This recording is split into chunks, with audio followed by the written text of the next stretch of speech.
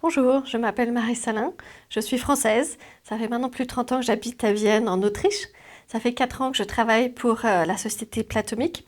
Et mon rôle, c'est donc effectivement d'être l'experte au niveau IVDR, parce que je suis aussi auditrice pour l'ISO 15189, je suis auditrice pour l'ISO 13485 pour les fabricants.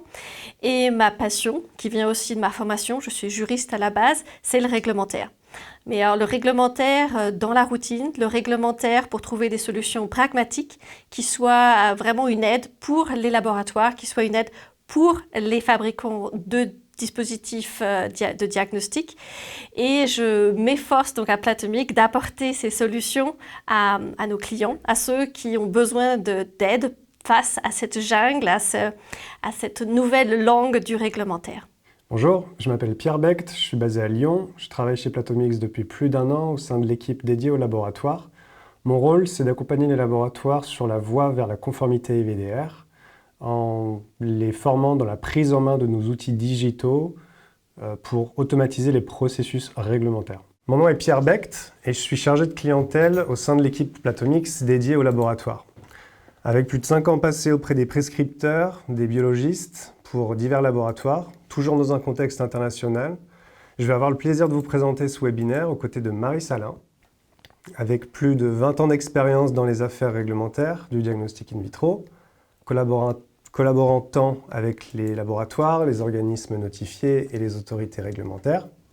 Marie est auditrice certifiée spécialisée dans l'IVDR, les normes ISO 15189 et ISO 13485. Bonjour Marie. Bonjour Pierre, donc merci beaucoup de cette petite introduction. Alors oui, c'est vrai, moi je viens effectivement beaucoup de la routine, ça veut dire 25 ans dans l'industrie du diagnostic, donc de manière chez des fabricants. Voilà. Et pour moi, ce qui est très important, c'est vraiment de la pratique pour la pratique, parce qu'en fait, on a besoin de solutions pragmatiques pour le réglementaire. Donc juste un petit aparté juridique avant de commencer, c'est le droit est toujours sujet à interprétation. Je suis effectivement auditrice, mais de base, je suis juriste, et donc c'est pour ça c'est important quand même qu'on vous dise, effectivement, ça correspond à des analyses d'experts, ça correspond à une analyse qui a été faite donc chez Platomic, mais c'est toujours sujet à interprétation. Donc voilà, c'est notre position, mais ça ne veut pas dire qu'il n'y a pas sujet à discussion autour de tout cela. Tout d'abord, nous vous invitons à nous écrire vos questions sur le chat tout au long de la session. Celles-ci elles resteront anonymes.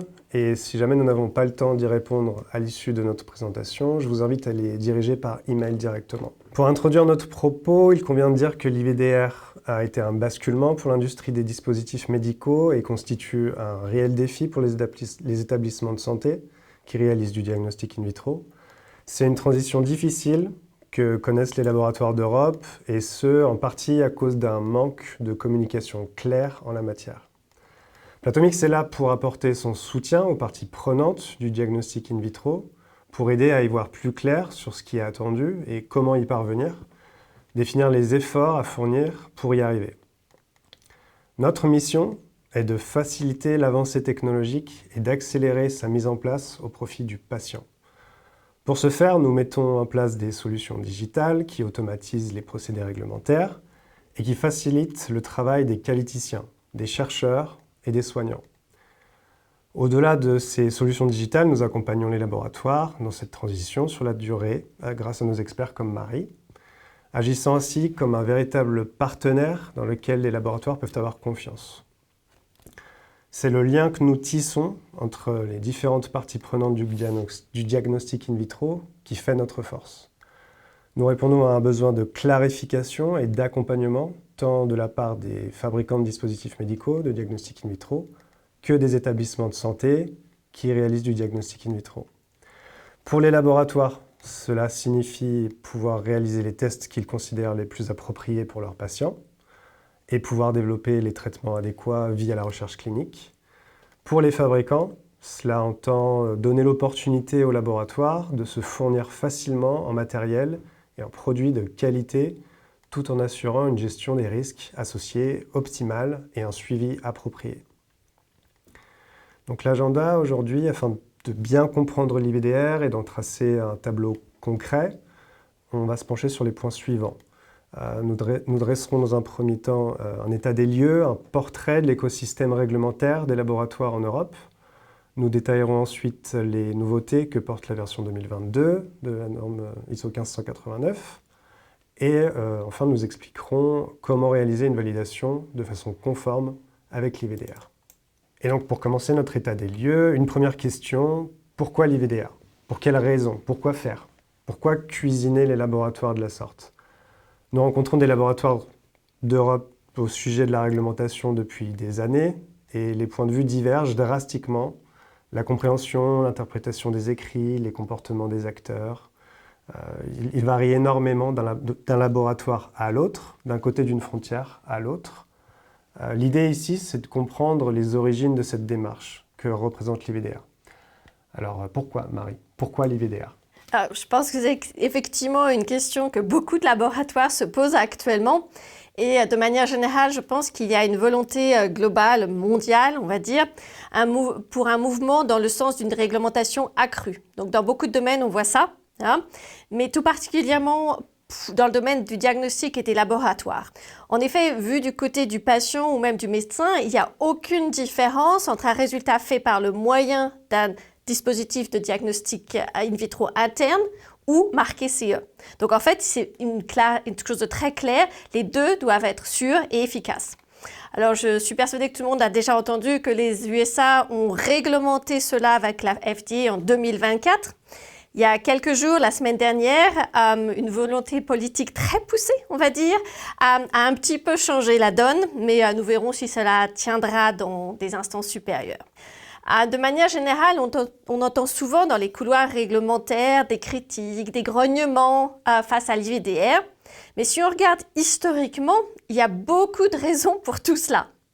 En effet, on avait une directive, la 98/79, qui était vieille et non adaptée aux innovations. Il n'y avait pas de logiciel, pas de NGS, pas de dispositif interne. Et en plus, la classification était basée sur des listes sans approche, qui n'étaient pas basées sur des règles claires. On n'avait pas de classification des risques, etc. Alors, pour bien comprendre l'IVDR, il faut repartir en fait en France et en 2010. Donc, un petit peu longtemps, mais... Et avec ça, on va voir les effets que le scandale lié à la société PIP, donc qui s'appelait Polyimplant Prothèse, a eu sur le paysage réglementaire des produits médicaux en Europe. C'était une longue histoire, mais on va faire un petit résumé. C'est le scandale PIP a éclaté en 2010 lorsqu'on a découvert que la société française PIP utilisait un gel de silicone industriel non homologué pour fabriquer des prothèses mammaires à la place du gel médical approuvé. Donc ces implants présentaient un risque incroyable de rupture, de complications de santé. Et c'est comme ça il y a eu un lien en fait avec les organismes de certification, puisqu'en fait ces implants étaient certifiés CE par l'organisme notifié TÜV Rheinland qui leur avait délivré un marquage CE. Bien sûr, on sait maintenant que le TÜV Rheinland avait été trompé, que le PIP dissimulait l'utilisation du gel non conforme en faisant des documents factices et en organisant des inspections complètement bidons. Donc ça a soulevé la question de la responsabilité des organismes de certification dans la surveillance des dispositifs médicaux, et notamment dans leur rôle pendant les audits, pendant la vigilance et le suivi après certification. Donc vraiment, ce scandale a contribué à une réforme légale du système européen de réglementation des dispositifs médicaux, avec des règles plus strictes, qui sont donc venues sous les règlements MDR et IVDR, en renforçant en particulier le contrôle des organismes notifiés et le contrôle des produits médicaux arrivant sur le marché. Donc ça veut dire que ces audits, ils étaient à la fois pour les organismes notifiés, mais aussi pour les fabricants, où on va avoir maintenant avec l'IVDR des audits non annoncés. On dit souvent que l'enfer est pavé de bonnes intentions. Effectivement, la genèse de l'IVDR et de MDR sont définitivement pavées de très bonnes intentions. On peut faire une petite remise en contexte sur ces intentions, parce que c'est quand même important de comprendre l'histoire. Pourquoi est-ce que ça nous touche maintenant?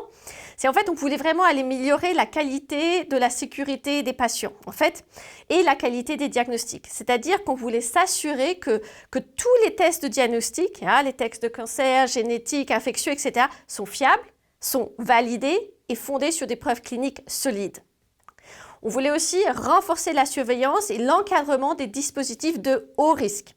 Là, des chiffres qui sont quand même assez marquants, c'est sous la directive donc, de 98-79, seuls 8% des dispositifs de diagnostic in vitro nécessitaient l'intervention d'un organisme notifié. Sous l'IVDR, on passe à 80%. Donc, on a vraiment une évaluation renforcée pour tous les tests à usage critique. Ce qui a été aussi demandé, c'est de clarifier les responsabilités des acteurs. Parce qu'en fait, le règlement précise les rôles et les responsabilités des fabricants, mais aussi de leurs mandataires, des importeurs, des distributeurs, des organismes notifiés et par l'article 5.5, dont nous parlons aujourd'hui, aussi des laboratoires. Donc tout le monde a un petit peu reçu de nouvelles obligations dans ce sens de clarifier la responsabilité des acteurs. Autre chose aussi qu'on voulait aussi dans l'idée de la IVDR, c'était d'encadrer les laboratoires tout en leur laissant la possibilité de développer leurs propres tests in-house.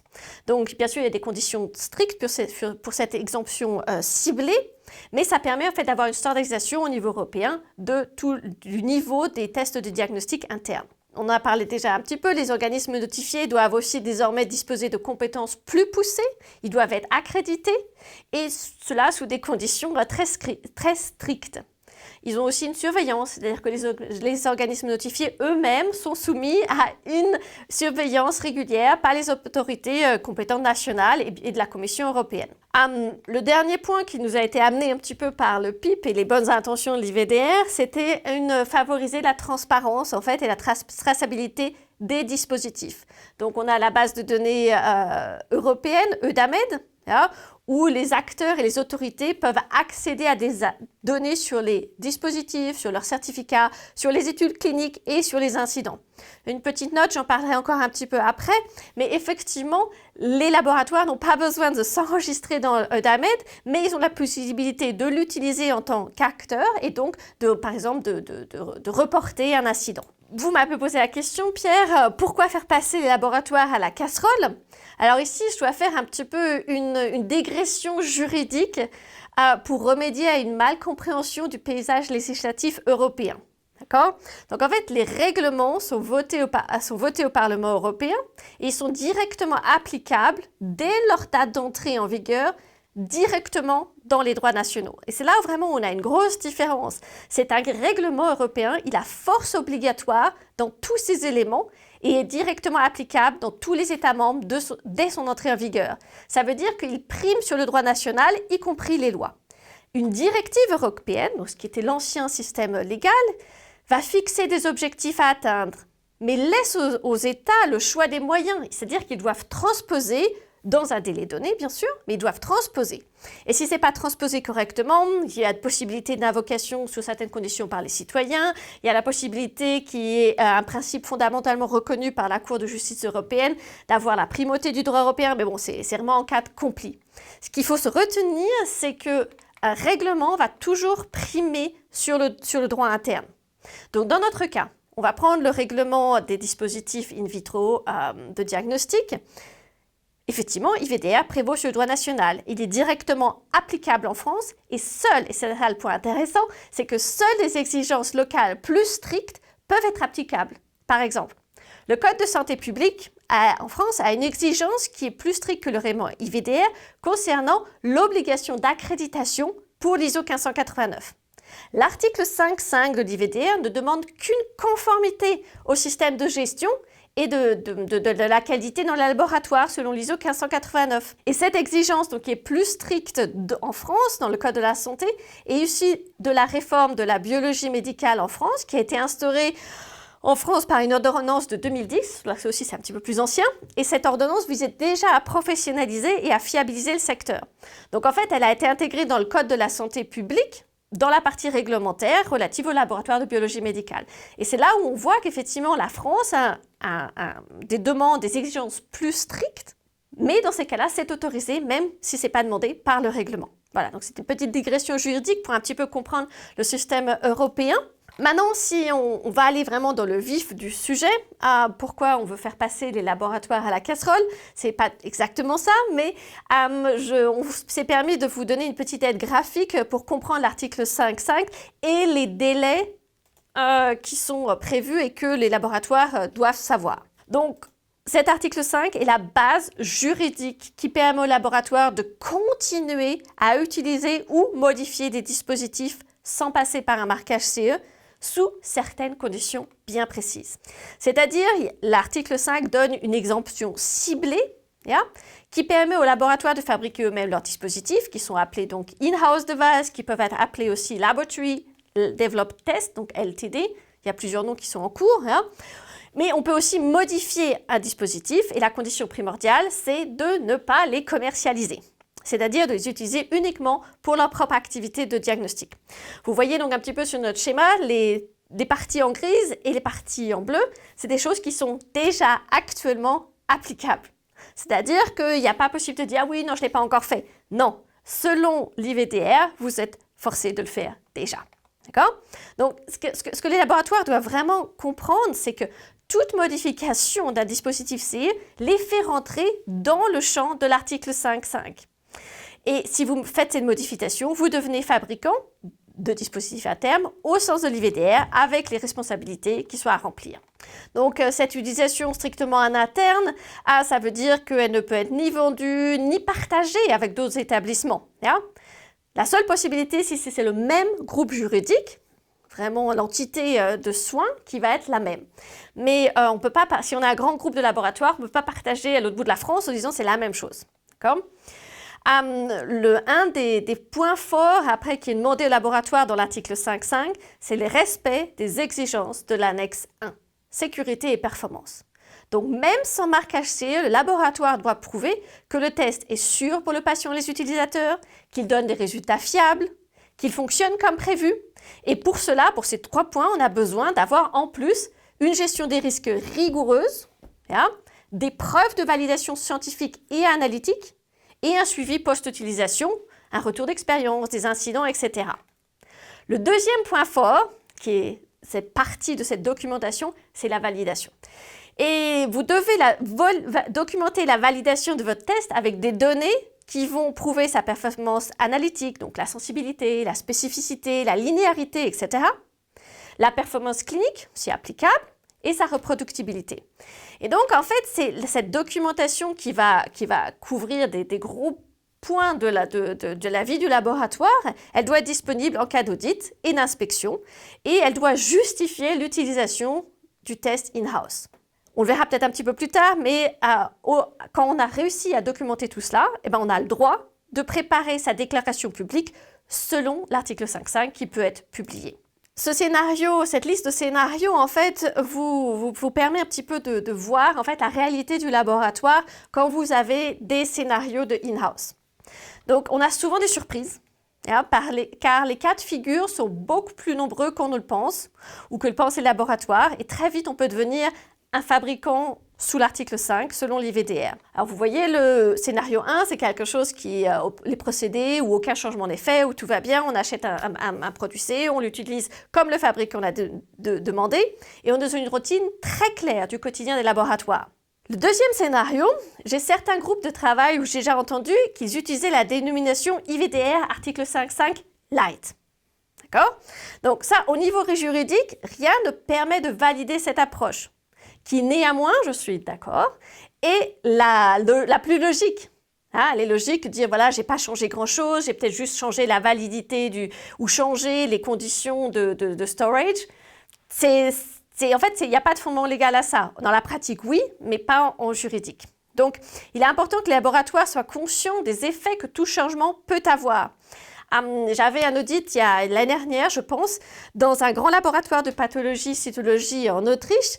Et là, la technicienne référente est toute heureuse de me montrer toute la documentation du fabricant, ses méthodes, ses modes opératoires, ses protocoles, etc. Et elle m'explique que cette machine est fantastique, qu'elle traite plein de types d'échantillons, y compris les body fluides, donc les liquides. Moi, qui connais par hasard cette machine assez bien même, je lui demande d'ouvrir le manuel de l'opérateur à la page sur la destination du dispositif de diagnostic in vitro.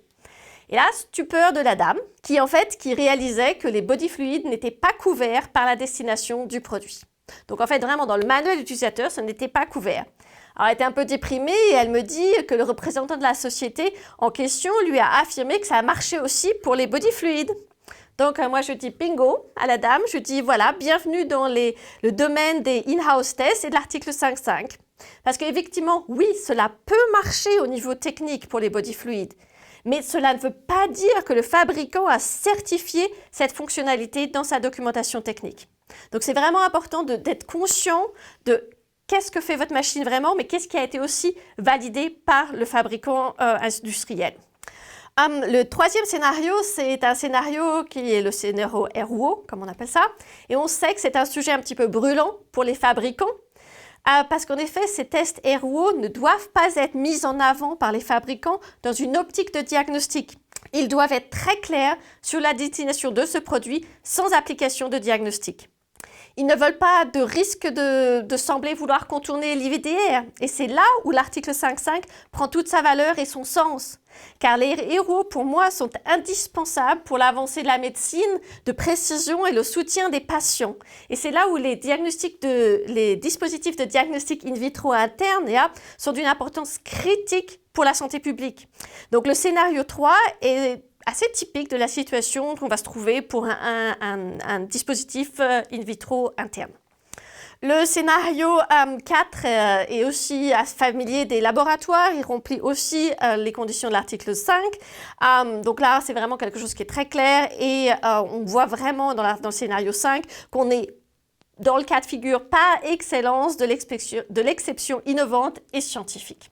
Donc on comprend bien ici que les laboratoires localisés en Union européenne, qui réalisent du diagnostic in vitro et qui manipulent des LDT, donc des dispositifs dits in-house, sont confrontés à ce défi et sont voués à y répondre, qu'ils le veuillent ou non. Voilà. C'est la règle, c'est la même pour tout le monde au sein des établissements de santé de l'Union européenne. La seule échappatoire, donc, elle est bien prévue par l'article 5.5 de la réglementation qui prévoit une exemption de la plupart des obligations de l'IVDR via le marquage d'un dispositif interne, développé en laboratoire et dûment validé selon les exigences en termes de sécurité et de performance prévues par l'annexe 1 de l'IVDR. Et c'est en cela que la curiosité, la créativité scientifique au service des patients est plébiscitée, encouragée par Platomix. Alors, on est en droit de se demander, en tant que laboratoire, en quoi mes pratiques, mes protocoles ne sont-ils pas ou plus valides si je respecte les normes internationales et que l'autorité d'accréditation nationale reconnaît mes pratiques comme fiables, adéquates et mesurées? Pourquoi ai-je besoin de suivre une réglementation additionnelle, d'autres normes, des recommandations supplémentaires? Pourquoi est-ce qu'un droit extranational s'applique à ma situation? Alors là, une fois encore, il va falloir que je parte un petit peu plus loin afin de pouvoir répondre à cette question. Et je me dois tout d'abord d'évoquer le fonctionnement des différentes organisations de contrôle. C'est effectivement une question aussi qui revient régulièrement, en particulier dans les pays où l'accréditation de l'ISO 15189 est obligatoire. Ce n'est pas le cas dans tous les pays européens. La France fait presque exception à la matière, mais ça n'empêche, c'est une question qui est très compréhensible. En effet, il est compréhensible que les laboratoires et leur direction en particulier aient du mal à envisager une complexité réglementaire supplémentaire, alors qu'ils sont déjà très réglementés. Donc pour ça, pour bien comprendre le fonctionnement, il est essentiel de distinguer les rôles respectifs. D'un côté, on a les organismes d'accréditation comme le COFRAC ou le BELAC, qui vérifient la conformité aux normes ISO internationales, tandis que les organismes notifiés comme le TÜV, le BSI, MDC sont désignés par l'Union européenne, sont chargés de contrôler les fabricants de dispositifs de diagnostic in vitro, en particulier la sécurité, la performance et la conformité réglementaire de leurs produits. Donc là, ils vont avoir des gros audits avec des vérifications de documentation. Mais pour les laboratoires utilisant ou développant des tests sous l'article 5.5 de l'IVDR, là on parle d'une autorité compétente. Et elle doit être désignée afin d'évaluer la conformité de cette disposition spécifique de l'article 5, donc une réglementation européenne. Et pour ça, il est crucial de différencier ces entités, mais leurs responsabilités respectives. Par exemple, quand on prend le COFRAC, le Comité français d'accréditation, on a un statut juridique qui est une association loi 1901, donc une personne de droit moral privé à but non lucratif. Bien sûr, elle est reconnue par l'État comme seul organisme national d'accréditation. Donc ça, c'est l'application du règlement européen de 2008. Hein. Et que bien que privé dans sa structure, le COFRAC remplit une mission d'intérêt public. Hein. Il est soumis donc bien sûr aussi à une surveillance étatique et travaille en lien étroit avec les ministères. Du côté de la Belgique, on a le BELAC, hein, le comité d'accréditation belge, qui lui a un statut juridique un petit peu différent, c'est un organisme public. Il est rattaché directement au service public fédéral et il est donc intégré dans l'administration, contrairement au COFRAC, qui n'est pas intégré. Donc il y a vraiment le BELAC qui est aussi désigné par l'État belge comme organisme national d'accréditation avec le même règlement européen de 2008. De ce fait, il faut vraiment voir ce qui est demandé. Hein? Le plus grand challenge est dans ce domaine justement le fait de communiquer sans paniquer ce qui est à faire. Hein? Parce que nous ne sommes pas dans une situation où les laboratoires n'ont jamais entendu parler qualité. Hein? Au contraire, cela fait partie des domaines qui sont très soumis aux exigences de réglementation professionnelle. Il y a une définition, par exemple, dans la norme ISO, donc les grandes lignes 17000, qui disent qu'un organisme d'accréditation est une autorité compétente reconnue au niveau national. Donc, vous allez me dire, oui, mais ça ne correspond pas à la vie des laboratoires. Oui, mais il faut que je vous explique ça un petit peu pour qu'on puisse vraiment aller dans le détail, de savoir quelles sont les attentes de ces différents domaines. C'est-à-dire, pour bien comprendre pourquoi l'accréditation ne suffit pas, on a besoin de voir que le COFRAC, le BELAC, sont des organismes d'accréditation au niveau professionnel. C'est-à-dire, un organisme d'accréditation, il va évaluer si un laboratoire est compétent, il va vérifier la conformité de leur fonctionnement et il délivre une accréditation officielle. C'est pour ça qu'on a un objectif très clair de garantir que les résultats, les certificats ou rapports émis par ces laboratoires sont fiables, reconnus et comparables au niveau international. Sur le tableau que vous voyez à côté, vous voyez aussi que nous avons ici une comparaison sur les points à retenir sur la mission même de ces organismes. Hein. Par exemple, les organismes notifiés au niveau européen, donc le TÜV, le BSI, sont juste pour les fabricants et non pas pour les laboratoires. Après avoir éclairci donc un petit peu les deux choses différentes, j'aimerais vraiment qu'on puisse aussi regarder ce qu'est l'accréditation au regard des normes. C'est souvent un malentendu. Par exemple, les laboratoires peuvent utiliser EUDAMED pour se renseigner ou faire des déclarations d'incidents, mais ils ne sont pas soumis à une obligation d'enregistrer leurs produits de diagnostic interne dans l'EUDAMED. Les laboratoires ne sont pas soumis à l'article 10 sur les responsabilités des fabricants, mais ils doivent classer par exemple leur dispositif de diagnostic interne en classe de risque de A à D. Donc ça, c'était un petit peu pour bien comprendre pourquoi ça ne suffit pas, parce qu'il y a des choses qui sont demandées en plus. Et c'est par ailleurs un malentendu qu'il nous faut aussi évoquer, et ce qui est exigé par l'IVDR et ce qui n'est pas couvert par l'ISO 1589. Bien sûr, dans une prochaine diapositive, nous allons discuter des lacunes, des différences entre 1589 et l'IVDR de manière contraire, mais je voudrais illustrer de manière exemplaire les charges posées sur les fabricants en comparaison des laboratoires dans la lumière de l'annexe 1. Et ces GSPR, je suis sûre que tout le monde en a beaucoup entendu parler, c'est une liste de 193 exigences et sous-exigences. Mais si on essaye de rassembler le travail qu'un laboratoire a faire, vous allez voir au niveau de la performance clinique, pour la mise sur le marché ou l'utilisation d'un dispositif interne en routine de diagnostic, donc c'est ce qu'on a sur la partie en blanc pour les laboratoires, et de l'autre côté, la marche à suivre donc pour les fabricants. Vous voyez ici en fait que pour les laboratoires, on a quelque chose qui va correspondre beaucoup au chapitre 7.3 de l'ISO 1589, et aussi supporté par une nouvelle ISO qui est venue l'année dernière, qui s'appelle l'ISO 5649 de 2024, qui décrit exactement la manière en fait dont une validation doit être faite pour un dispositif in vitro interne. Une petite explication sur notre schéma, c'est VMP, ça veut dire Validation Master Plan, c'est quelque chose que les laboratoires doivent avoir, et on a le Validation Report qui est à la fin d'une validation spécifique pour un dispositif spécifique qui doit être fait.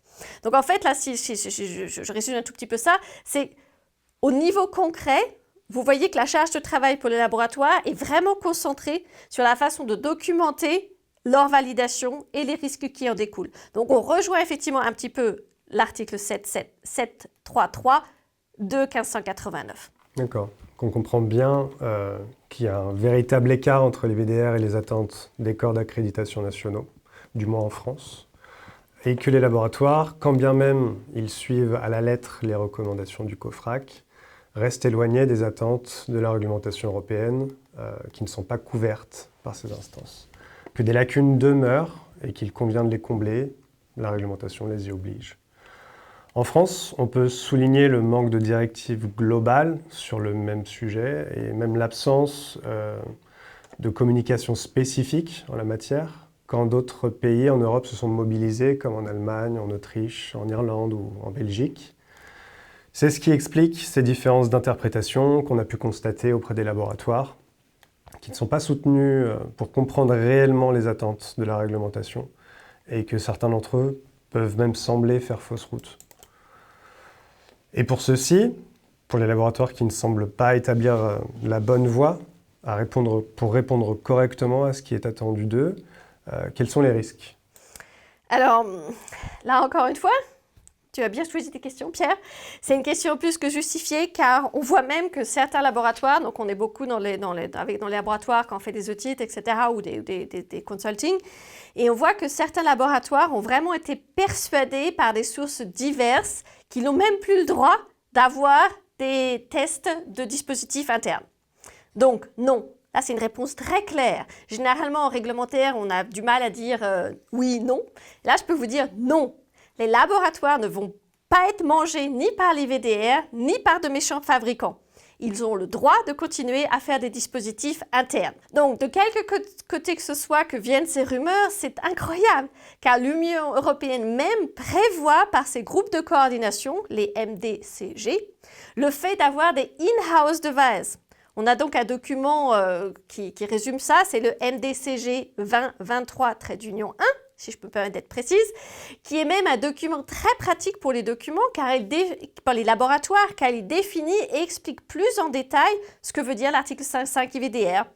Donc, bien sûr, tous les principes qui sont prévus par l'article 5.5 renvoient à l'annexe 1 de l'IVDR. Il renvoie aussi à des normes.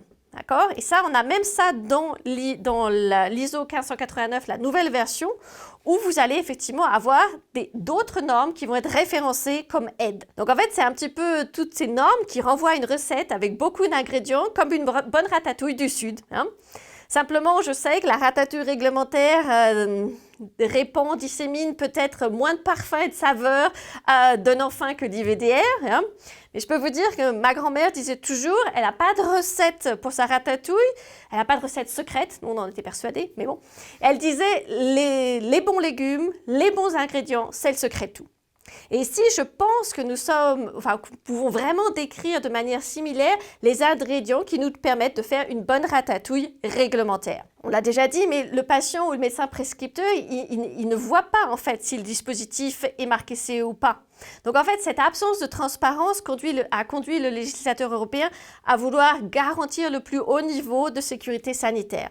Et c'est pour ça que les conditions de fabrication dans les établissements de santé sont désormais renforcées. Donc, vous aviez le texte de l'article 5.5, vous pouvez le trouver sur le site de l'Union européenne dans toutes les langues qu'on a, mais il est important de voir qu'il n'y a pas de base légale pour les dispositifs internes s'il existe un dispositif CE équivalent. Et là, l'équivalence, elle est vraiment à démontrer. Et c'est quelque chose que les laboratoires ont le droit d'argumenter. Généralement, quand je fais un cours sur ce domaine-là, je dis toujours on va jouer au bingo et vous allez noter le nombre de fois où je dis argumentation et le nombre de fois où je dis critères d'acceptation. D'accord? Mais là, on est un petit peu plus en concret, donc on ne va pas faire de bingo. Hein? Mais il faut vraiment avoir un focus sur le niveau de performance équivalent.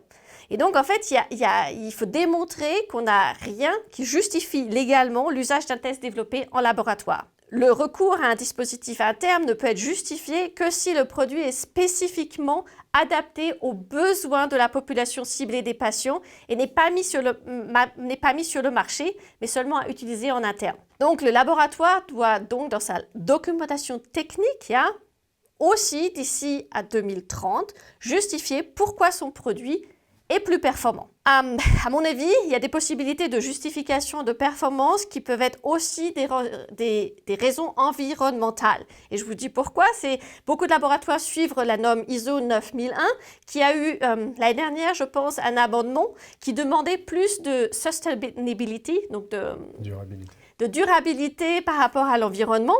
Et définitivement, ça peut nous permettre de dire que notre produit est plus performant au niveau environnemental. Je sais que c'est une interprétation. Mais en tout cas, une chose est sûre, c'est que de pures raisons financières ne sont pas suffisantes. C'est-à-dire que juste dire « Ah oui, mon produit, il est moins cher que le produit de fabricant XY », c'est pas possible. Une chose aussi qui est souvent un petit peu galvaudée, on va dire, c'est la justification écrite obligatoire. C'est-à-dire que cette déclaration qu'aucun produit CE équivalent est sur le marché, doit vraiment être documentée. C'est juste pas parce que je pense que c'est comme ça. Non, il faut vraiment l'écrire. C'est un point critique pour éviter toute attaque juridique ultérieure. Cette justification est donc vraiment la confirmation de la conformité. Quand on va créer la documentation technique, il est vraiment conseillé de suivre l'état de l'art. C'est quelque chose, c'est un concept qui est propre à l'IVDR. Et en évaluant l'annexe 1, les GGSPR, les laboratoires arrivent forcément à la question des risques, c'est-à-dire les risques du développement, le développement indirectement concerné, bien sûr. Parce que même si le texte ne parle pas directement de développement, il est évident que pour produire un dispositif, il faut en avoir défini la conception. Donc, une documentation de conception, le design documentation, est nécessaire. Et c'est quelque chose qui implique un processus de développement conforme qui n'est pas couvert par l'ISO 1589, mais par d'autres normes, entre guillemets, comme la fantastique norme ISO 5649 de 2024, ou certaines parties même de l'ISO 13485 chapitre 7.3 pour des dispositifs de classe D. Donc voilà, si on essaie de résumer, on a une fabrication et une utilisation des dispositifs qui doit être réalisée dans le cadre d'un système de gestion de qualité adapté. Ni l'ISO 1589 ni d'autres réglementations nationales ne couvrent complètement les exigences. Et il est donc logique de se référer aux exigences de d'autres normes qui vont nous aider en tant que laboratoire à créer notre argumentation, notre documentation technique. La conformité à l'ISO 1589 est un petit peu moins importante en France puisque les laboratoires sont souvent accrédités, mais c'est quelque chose qui est demandé par l'IVDR. Donc, on est forcé d'avoir au moins une conformité de son système de management. Nous sommes permis sur cette page de vous montrer une déclaration de justification selon l'article 5.5, donc une déclaration publique, parce qu'elle doit être publiée, comme créée automatiquement par l'écosystème digital de PlatoX, donc notre système.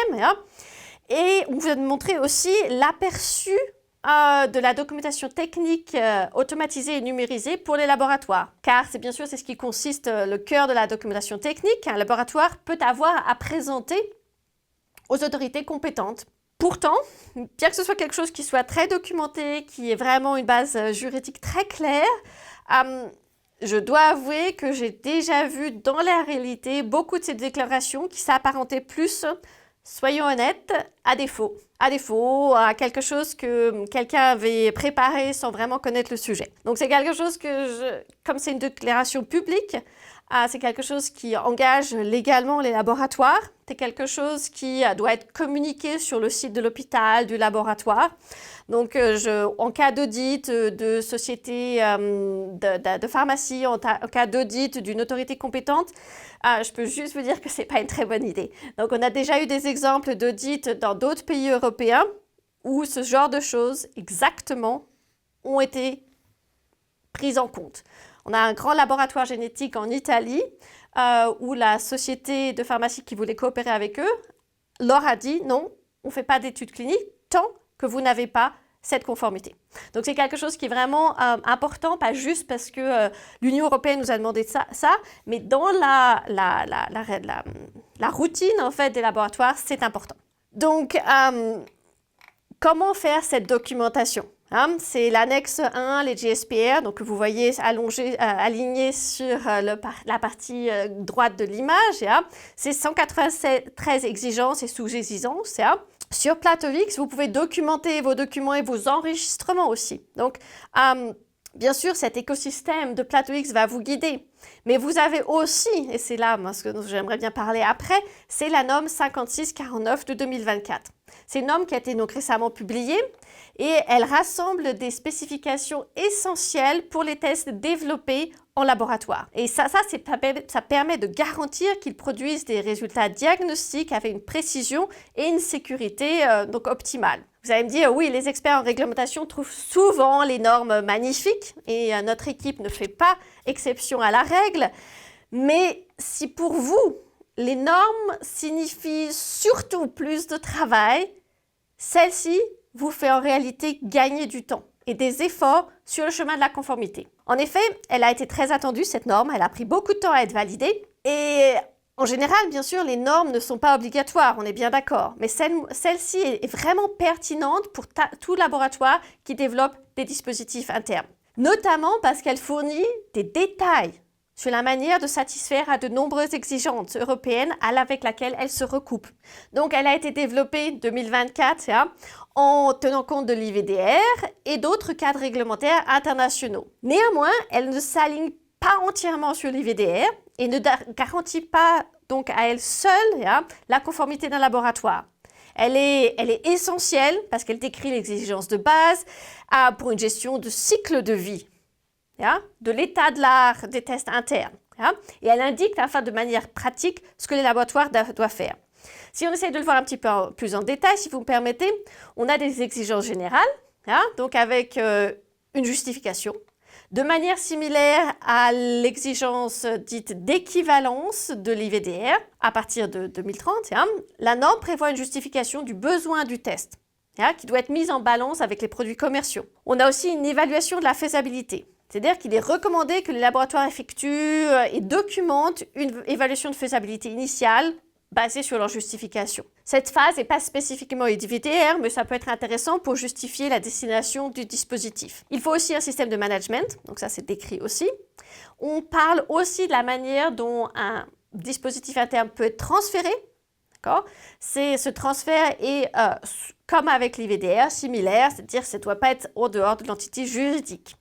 Après, dans l'ISO 5649, on a aussi des exigences de conception du développement, des spécifications de performance. Et là, les spécifications de performance, elles sont vraiment décrites de manière détaillée et recoupent largement celles de l'IVDR.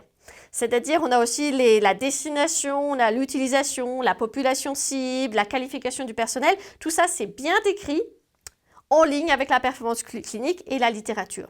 Donc là, on a vraiment un très bon alignement.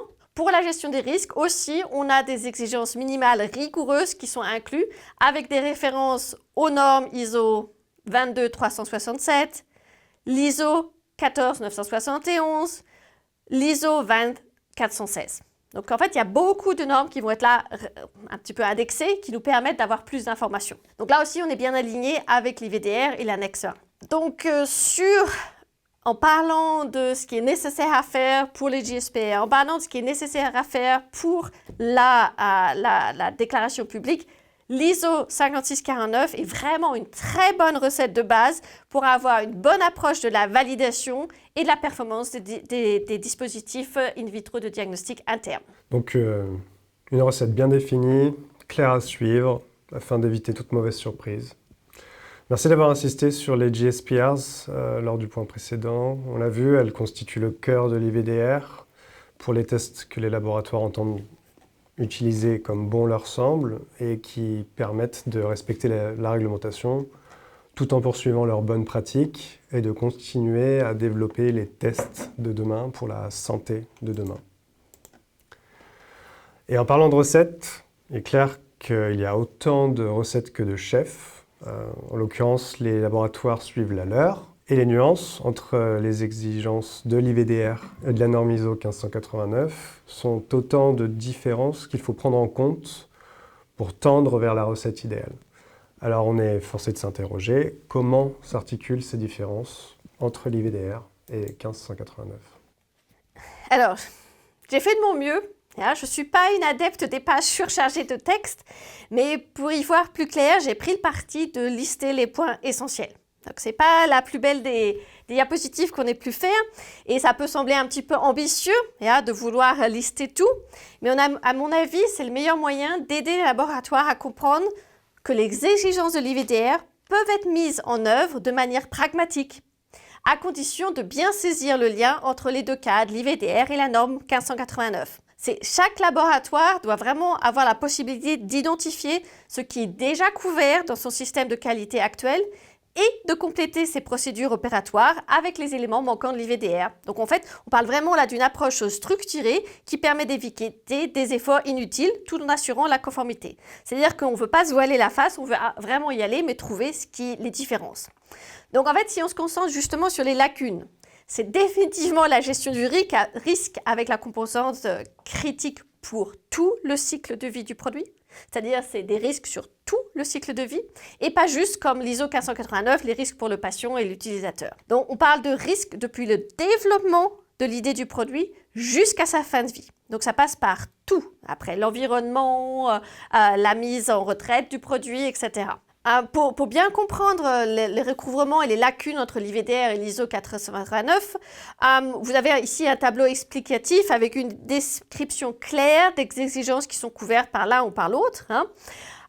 Vous voyez, donc, il y a ces petites croix rouges qui nous montrent qu'effectivement, il y a des choses qui ne sont pas couvertes par l'ISO 1589, qui est centrée sur la qualité du service de biologie médicale. C'est-à-dire, on parle de compétences, on parle de traçabilité, on passe des processus d'analyse et de la qualité des résultats. L'IVDR est centré sur le dispositif médical en lui-même, la sécurité, la performance, la justification clinique, la conception, la fabrication, la documentation. Et donc, en conclusion de cette comparaison, il est important de voir qu'un laboratoire peut être parfaitement accrédité ISO 1589 et pourtant non conforme à l'IVDR s'il développe des dispositifs donc internes. C'est-à-dire que la gestion des risques et la validation doivent être documentées. Alors, quand on parle de l'ISO 1589, on parle ça de manière générale, mais on sait bien qu'en 2022, il y a une révision de l'ISO 1589. Et donc, quand vous regardez cette image avec du jaune, du vert et du rouge, non, ce ne sont pas mes enfants qui se sont amusés à colorier cette image, c'est ce qu'on appelle un standard Redline de la version française de l'ISO 1589-2022. Donc, ça démontre bien que les changements sont en jaune, les suppressions en rouge et les points nouveaux en vert. Donc, je pense que vous réalisez qu'il y a du boulot pour être conforme à l'IVDR, sachant que l'IVDR référencie la version 2022. Donc, quand on fait une présentation des différences et des gaps à combler pour l'ISO 1589-2022, on devrait en fait prendre beaucoup plus de temps que cette simple diapositive. D'accord ? C'est un cours en lui-même. C'est faire les comparaisons entre 1589, 2012 et 2022, c'est un cours en lui-même. C'est avec plaisir que je fais un cours là-dessus, mais je pense que pour l'instant, c'est un petit peu trop pour aujourd'hui. Donc, en fait, en très court, on a une approche qualité dans l'ISO 2022 qui va être vraiment intégrer la notion de risque en tant que spécification de qualité dans toutes les procédures. Création, révision, application. Il faut tout documenter. Les situations à risque, les échantillons mal identifiés par exemple, et les mesures préventives. Donc il faut vraiment se poser la question, travailler comment prévenir les risques. Puisqu'en fait, dans une gestion des risques qui va être considérée comme applicable pour l'ISO 1589-2022, il faut mettre vraiment mettre en place une analyse de risque régulière. On peut avoir des analyses du mode de défaillance et de leur effet et de leur criticité. On peut avoir des matrices de risque pour les étapes critiques. Les étapes critiques, ça peut être le prélèvement, le transport, l'analyse, la transmission des résultats. Donc tout ça va être un lien qui est fait avec l'ISO 22367 de 2020 et qui nous permet vraiment de voir la gestion des risques pour un laboratoire. On parle aussi de sécurité de l'information, comme dans l'IVDR, c'est la gestion des accès, la sauvegarde, la confidentialité des données patients. J'ai été il n'y a pas longtemps dans un laboratoire génétique et j'ai été absolument époustouflé que tous les serveurs étaient ouverts. Il n'y avait aucun contrôle sur les serveurs. On parle de génétique quand même. Hein. Donc, c'est ce point d'avoir des règles claires de gestion des accès, c'est très important pour l'IVDR et pour la nouvelle ISO 1589. On va avoir besoin de critères d'acceptation, on va avoir besoin de l'évaluation de ces critères, d'un suivi. Et ça, encore une fois, ce n'est pas l'IVDR, c'est 1589-2022. Donc, c'est quelque chose qui est à faire en passant d'une norme à l'autre. Un point très important aussi qui vient aussi compléter l'IVDR, c'est tout ce qui est le numérique, c'est-à-dire l'informatique. Il faut documenter les paramétrages et les validations des logiciels. On parle d'instruments connectés, on parle de logiciels de calcul vraiment. Et là, en fait, on est dans une optique de paramétrage qui n'existait pas avant, puisqu'en fait, tout paramétrage va pouvoir avoir une influence sur les résultats que le laboratoire va pouvoir donner. Donc ça aussi, il faut absolument impliquer le personnel dans la gestion du système de qualité de l'informatique. On a bien sûr aussi, avec les ISO 2022, une amélioration en continu. Et cette amélioration en continu, elle était existante déjà avant, mais elle va être en fait passée dans des revues de risque, des retours des expériences qui viennent justement de l'IVDR et une analyse des causes et effets. Donc on a vraiment une implication de l'équipe dans les propositions d'actions correctives, pas juste une personne qui va décider. On veut vraiment une implication. Bien sûr, il y a un lien avec l'IVDR, puisque en 2012, on n'avait pas encore d'IVDR, qui est venu en 2017. Donc, il y a un lien, en fait, avec les tests internes qui vont être développés en interne et qui font un lien avec l'article 5.5 de l'IVDR. Donc, c'est ça aussi qu'il faut emmener quand on analyse les besoins de l'IVDR et les besoins de 1589, c'est voir qu'est-ce que demande la nouvelle version. Différence entre version 2012 et 2022 d'ISO 1589, c'est un véritable sujet donc et un sujet sur lequel Platomix peut aider puisque nous proposons des programmes et des cours accessibles via notre plateforme PlatoX. On comprend bien qu'il faut faire la distinction entre ISO 1589, même dans la version 2022, et l'IVDR. Que l'ISO 1589 n'est pas un passe-droit, n'est pas un gage de conformité avec la réglementation européenne. Maintenant qu'on a évoqué cet écart entre la norme ISO 1589 et l'IVDR, est-ce qu'on peut aller plus dans le détail sur les thèmes, les sujets que les laboratoires doivent anticiper au regard de la réglementation européenne? Oui, donc nous avons vu aujourd'hui que les exemptions de l'article 5.5 demandent une conformité au GSPR. Et ce sont souvent ces GSPR qui font exploser la marmite dans les laboratoires, car ce sont des questions qui peuvent apparaître extrêmement bizarre aux biologistes et spécialistes de laboratoire. Parce qu'en fait, ces exigences semblent bien loin des préoccupations cliniques et du service aux patients des laboratoires. Ces exigences se divisent en 3 chapitres. Donc, c'est 193 exigences et sous-exigences. Hein. Le premier, le chapitre 1, est plus proche de la vie du laboratoire parce qu'on a des exigences de performance, de gestion du risque sur l'ensemble du cycle de vie du produit. Donc, l'objectif, là, c'est vraiment, dans ces exigences générales de 1 à 9, de garantir que les dispositifs soient sûrs, performants et utilisables sans risque inacceptable. On a un focus sur les risques et les performances en détail avec leurs critères d'acceptation. Et oui, j'aime beaucoup ce mot-là.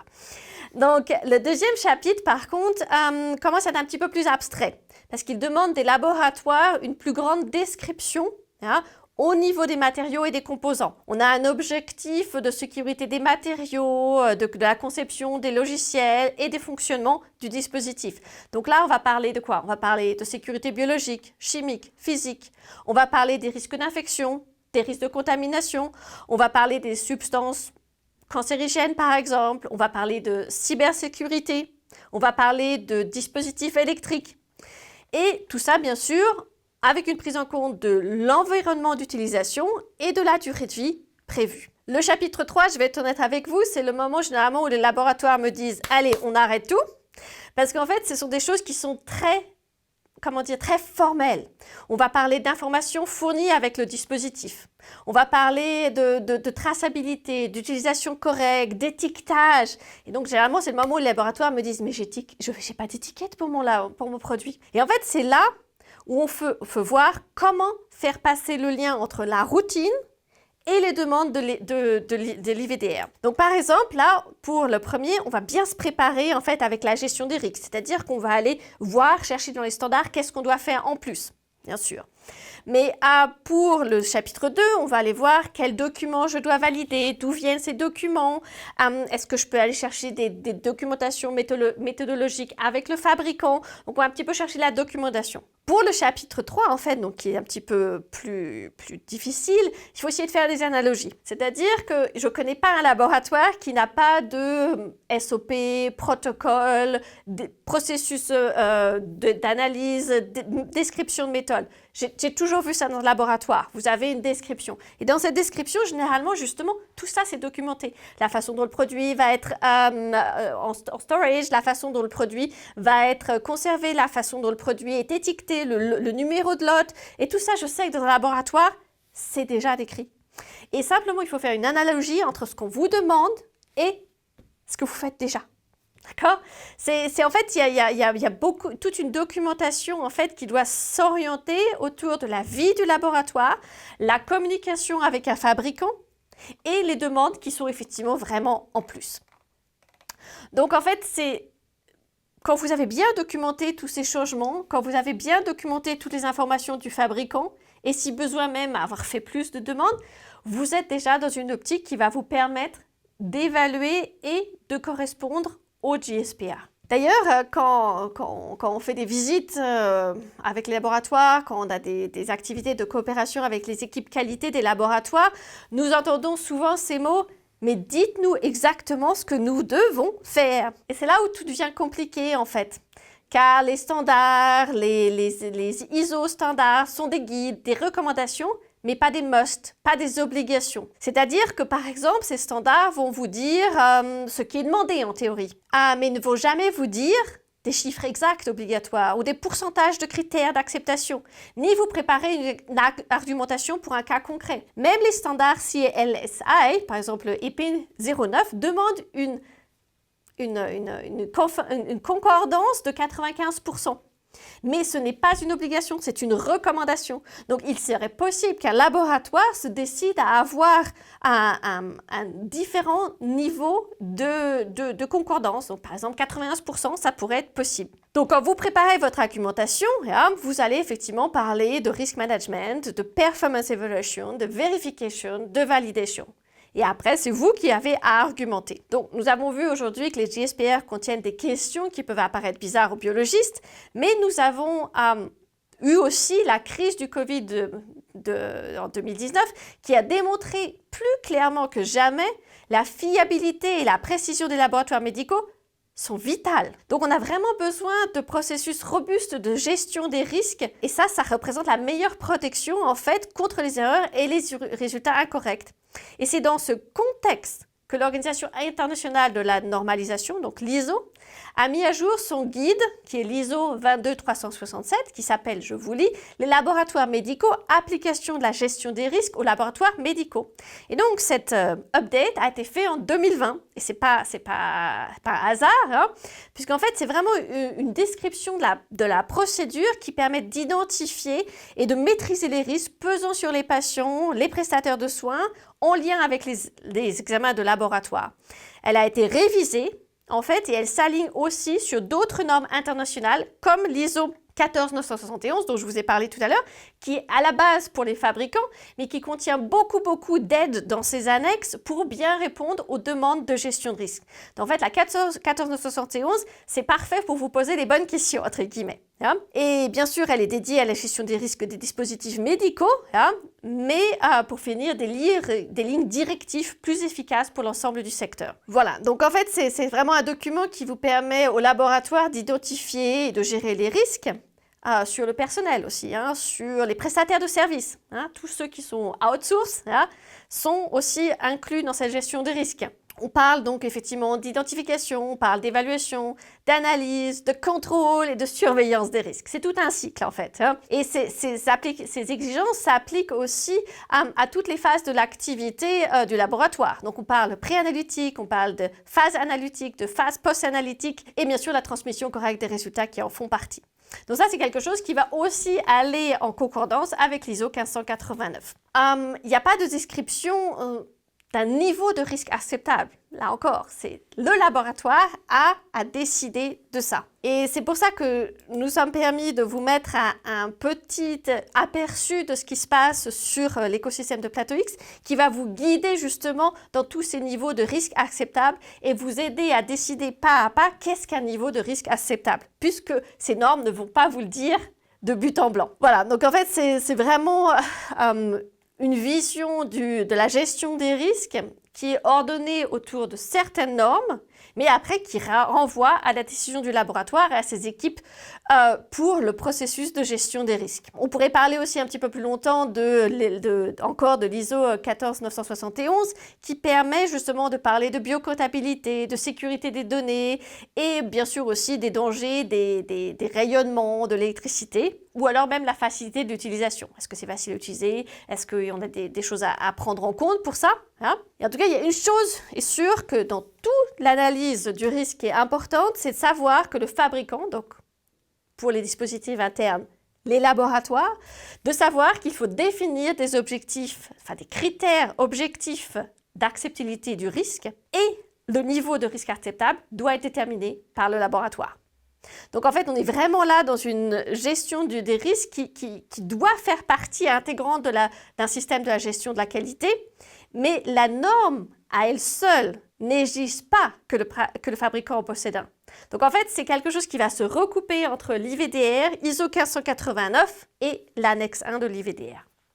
Donc gestion des risques, évaluation de la performance, vérification, validation, on l'a vu.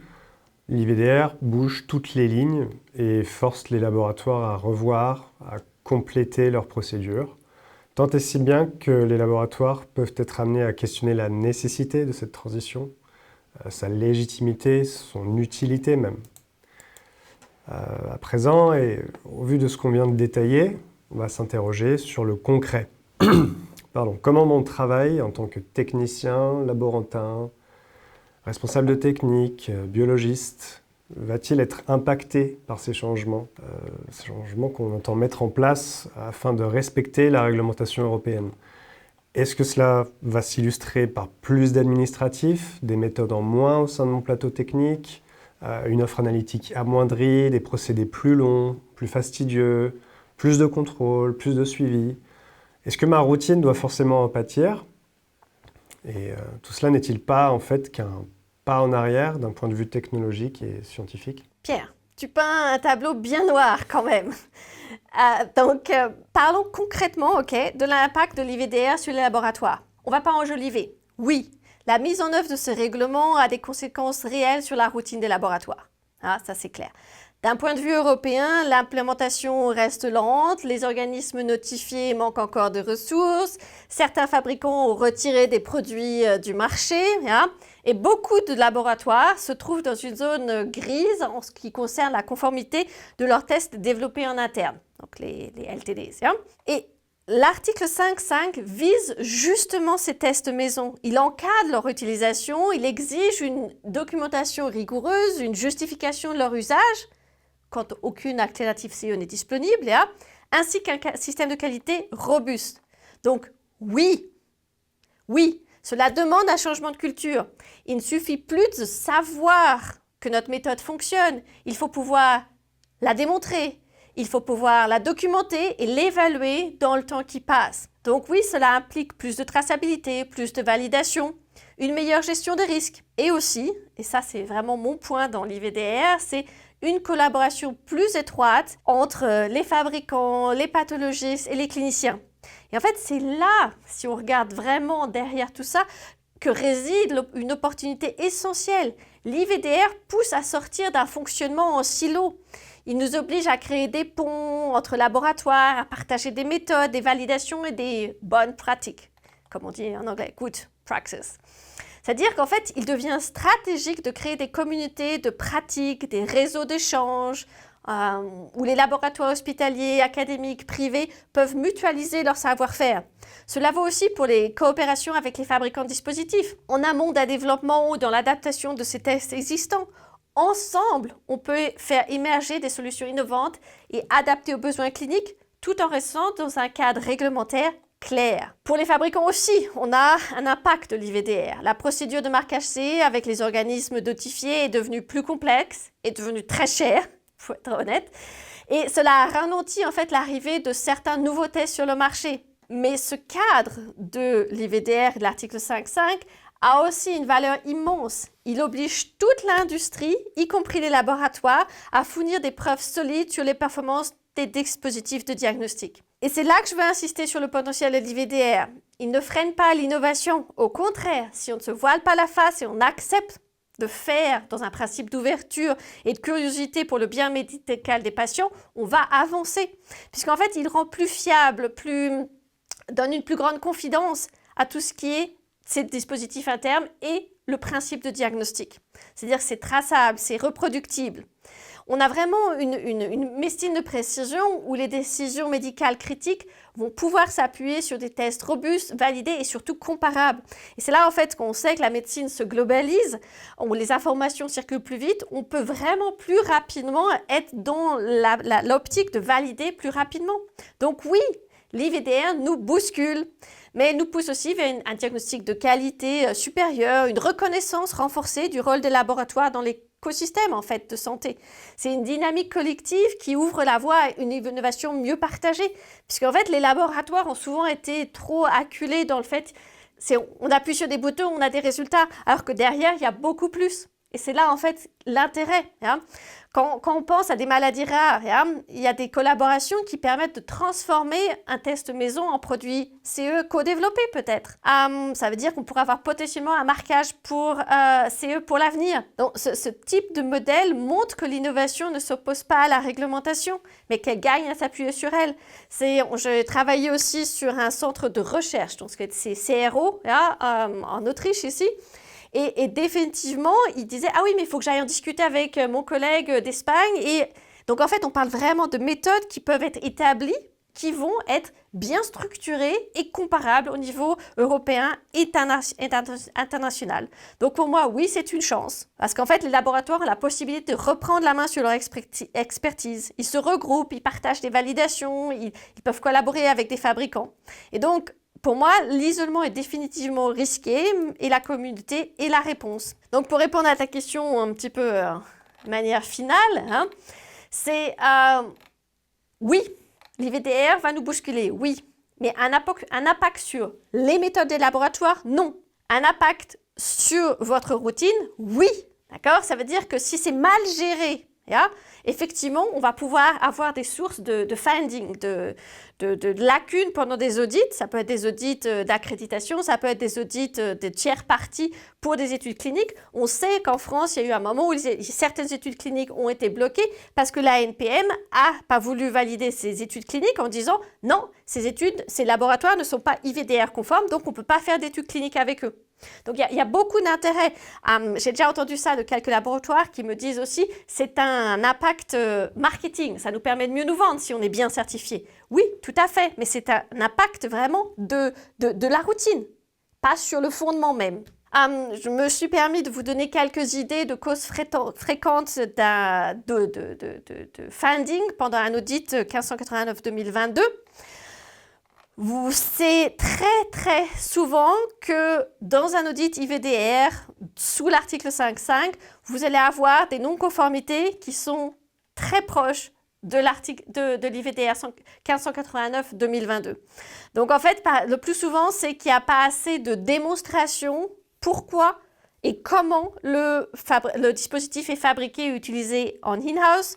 Il n'y a pas de démonstration qu'il y a eu un besoin spécifique. Il y a une absence de documentation technique. Il y a souvent aussi pas ou pas assez de dossiers de validation. On parle souvent dans un laboratoire selon 1589, la vérification est obligatoire. Mais la validation, c'est quelque chose qui dépend justement aussi de 1589 et de l'annexe 1 de l'IVDR. Donc en fait, toute cette liste va vraiment nous permettre d'avoir un petit peu 3 domaines critiques qui sont transversaux aux 2 audits.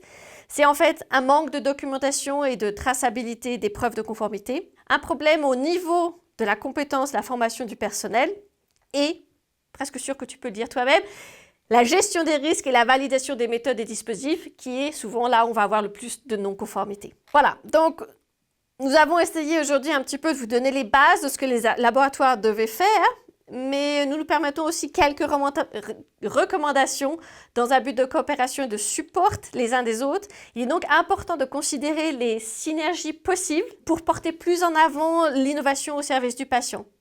Chacun dans son coin ne peut pas ouvrir la voie à l'innovation scientifique pour le bien du patient. C'est en se regroupant, en travaillant ensemble, même dans des groupes de laboratoires. Les groupes de laboratoires privés ont plus tendance à faire ça, mais je pense que c'est quelque chose qui doit vraiment être un plus généralisé. Parce qu'en fait, avec cet article 5.5, cette exemption ciblée, on ouvre la voie à une médecine de précision où on peut, grâce aux laboratoires et leur savoir-faire, être des précurseurs sans être liés à des conditions purement financières, de rentabilité et de ROI. Donc en fait, on gagne du temps dans la mise sur le marché des produits DIF certifiés en ayant des soins, des services aux patients qui arrivent beaucoup plus tôt sur le marché. Voilà, donc mon message, je pense que c'est assez clair, c'est utilisez l'exemption ciblée de l'article 5.5, même dans la routine. N'ayez pas peur de cet article. Le know-how des laboratoires doit être utilisé à bon escient et c'est exactement ce que permet l'article 5.5. Donc, utilisez cette exemption. Merci beaucoup, Marie. Merci pour toutes ces précisions, pour toutes ces clarifications. Ça fait beaucoup d'informations d'un coup. On retient que la situation est très complexe et peut paraître confuse. Toutefois, Platomix est là pour soutenir les laboratoires grâce à ses solutions digitales et au conseil de nos experts. Marie nous signalait que l'IVDR devait même être une opportunité pour les laboratoires de partager de bonnes pratiques. Et c'est l'un des objectifs de notre plateforme PlatoX qui permet le partage de documentation parmi plusieurs laboratoires, une collaboration rapprochée de ceux-ci avec leurs fournisseurs de dispositifs médicaux de diagnostic in vitro. D'ailleurs, je vous invite dès maintenant à vous créer un accès à la plateforme via notre site internet. Cet accès est gratuit pour les laboratoires et les établissements de santé. La plateforme, elle contient de nombreuses références et informations sur la réglementation. Elle vous permettra de réaliser des modèles de documents de gestion de la qualité en accord avec l'IVDR. Elle donne accès aux informations techniques des produits compris au sein des workflows des laboratoires et permet leur intégration de façon cohérente à leur propre modèle de documents. Et elle vous donnera accès à des cours en ligne sur différentes thématiques. Nous allons à présent pouvoir répondre aux questions que l'audience nous a posées sur le chat. Et pour toutes celles que nous n'aurons pas le temps de traiter, je vous invite à me les diriger par email. Et nous restons à votre disposition pour organiser une rencontre prochainement, bien sûr. Existe-t-il des valeurs de référence dictées par l'IVDR pour confirmer que les outils certifiés IVDR disposent d'une sensibilité et de spécificité suffisantes pour être utilisés en clinique ? Non, c'est exactement la question que j'ai répondu avec l'histoire des critères d'acceptation, où on a vraiment en fait l'IVDR qui dit il faut que tu fasses ça, il faut que tu cherches tes coefficients de variation, il faut que tu démontres tes tableaux régressifs avec passing by block et compagnie, mais les critères d'acceptation ne peuvent être désignés que par les laboratoires. On a effectivement des aides comme c'est avec ces documents américains CLSI qui nous permettent d'avoir quelques informations, mais ces critères, ces valeurs sont toujours à désigner par les laboratoires. Et c'est là généralement où on s'aperçoit dans les audits qu'il y a des problèmes là-dessus, puisque les laboratoires, on va avoir choisi une valeur, mais ont souvent du mal à justifier cette valeur. Et donc en fait, toute cette argumentation, toute cette justification est à la charge du laboratoire. Et c'est là où l'intérêt d'avoir des groupes de travail. Un test avec dossier de validation méthode portée B est conforme à l'IVDR ? Ça ne suffit pas, c'est donc effectivement quelque chose qui vient de l'accréditation COFRAC, qui vient donc du 1589. Ça remplit en partie, vous allez avoir déjà beaucoup d'informations qui sont prises, mais l'IVDR demande donc des exigences en plus. Dans le document B de l'accréditation, vous n'allez pas avoir une réponse au GSPR, vous n'allez pas avoir une réponse à ces 193 informations ou exigences et sous-exigences de l'IVDR. Donc c'est là où définitivement, il y a une obligation pour les laboratoires de vérifier leurs lacunes entre le document du COFRAC et les GSPR. Mais c'est donc un bon début. C'est un bon début, tout à fait. Quelle preuve doit-on fournir pour démontrer qu'aucun test CE marqué n'est adéquat? Alors ça, c'est une question qui est toujours très intéressante puisqu'en fait, c'est une question qui est souvent liée à l'analyse du marché. Cette analyse du marché, en fait, il faut définir déjà sur quel marché vous trouvez. C'est-à-dire, est-ce que sur le marché français, sur le marché européen, vous allez avoir la possibilité de trouver des tests équivalents. Et pour ça, il y a des solutions qui sont faites au niveau de recherche parce qu'en fait, vous ne pouvez pas vous passer d'une recherche. C'est quand vous allez faire ces comparaisons, savoir s'il y a un produit similaire sur le marché, vous allez avoir besoin de définir quelles sont les conditions qui sont dans la destination de mon dispositif interne. Et après, vous allez chercher des produits équivalents sur le marché. Donc, vous allez chercher avec des mots-clés, vous allez chercher avec des produits de référence peut-être, et vous allez essayer justement d'avoir une sorte de recette pour la comparaison. Quand vous préparez cette comparaison, vous devez absolument avoir une liste en fait des paramètres qui pour vous sont nécessaires. Alors, faut-il créer un dossier technique complet pour chaque LDT comme un fabricant de dispositifs? Alors en fait, ça c'est quelque chose qui peut être résolu sous l'IVDR. Dans l'article 2, il y a des définitions sur la possibilité de grouper des familles de tests. Par exemple, si on prend les tests génétiques, on va dire il y a des tests génétiques pour le diagnostic, il y a des tests génétiques pour détecter de manière préventive, il y a aussi des possibilités de voir quels médicaments pourront bien marcher pour quelque chose. Et donc, en fait, vous pouvez grouper ces dossiers techniques par groupe de tests similaires. Mais là, il faut vraiment être bien clair sur la théorie du groupement. Hein. C'est quelque chose où, effectivement, il faut avoir défini quels sont les produits que vous pouvez grouper ensemble. Et dans ces cas-là, vous avez la possibilité de faire par groupe de produits. Donc, vraiment, c'est quelque chose de spécifique. Hein. Ça a l'air simple quand je vous l'explique comme ça, mais c'est vraiment quelque chose que vous allez devoir justifier au niveau clinique, pas juste juridique, mais au niveau clinique, que ces tests sont bien les mêmes. Par exemple, vous pouvez faire un test génétique qui va regrouper toutes les maladies dégénératives des muscles. Ou vous pouvez faire une documentation technique sur la myopathie de Duchenne. L'idée, c'est que la validation elle-même, vous serez toujours forcé de la faire pour quelque chose de spécifique.